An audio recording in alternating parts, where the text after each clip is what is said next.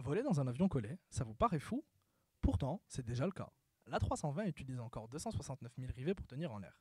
Mais l'A350, 10 fois moins, avec seulement 23 000 rivets et le reste, eh bien, c'est littéralement collé. Ne vous inquiétez pas, on ne parle pas d'un vulgaire bout de ruban adhésif, mais de colle ultra performante capable de remplacer des milliers de rivets tout en garantissant la sécurité.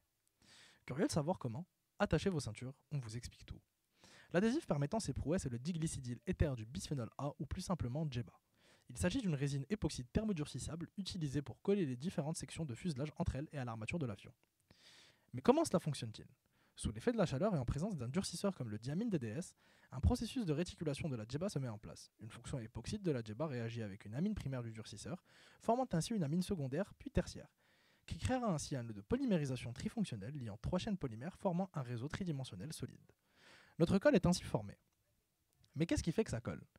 Eh bien, l'adhésion entre le joint de colle et la surface des pièces en métal ou composite est due à plusieurs mécanismes. Le premier est la création d'un grand nombre de liaisons physiques faibles, entre les molécules de la GEBA et celles du substrat. Dans notre cas, les liaisons de Van der Waals, qui sont des interactions toujours attractives entre molécules proches non chargées. Et les liaisons hydrogènes, qui sont des forces attractives entre un atome d'hydrogène et des atomes possédant des doublés non-lions, dans notre cas, l'oxygène. Le deuxième mécanisme est l'ancrage mécanique grâce à la rugosité de surface. La colle, dans son état liquide, remplit les aspérités et y reste une fois durcie, favorisant l'adhésion. Le dernier, le plus important, les dissipations en volume, caractérisées par les comportements mécaniques du matériau. La GEBA résiste à des températures entre -60 et 180 degrés Celsius, et sa résistance mécanique au cisaillement, de 40 à 60 mégapascales, son énergie de séparation de 15 kJ par mètre carré, sont telles que cette colle était déjà utilisée pour la navette spatiale avant d'être appliquée à l'aviation. Ça fait beaucoup de chiffres d'un seul coup.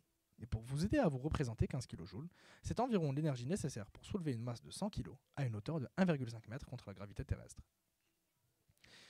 Mais si les rivets marchent déjà très bien dans les avions, pourquoi les remplacer par de la colle? Eh bien, il y a plusieurs raisons à cela. Premièrement, les trous des rivets sont des zones de concentration de contraintes, ce qui fragilise les pièces. En les collant, les contraintes sont homogénéisées.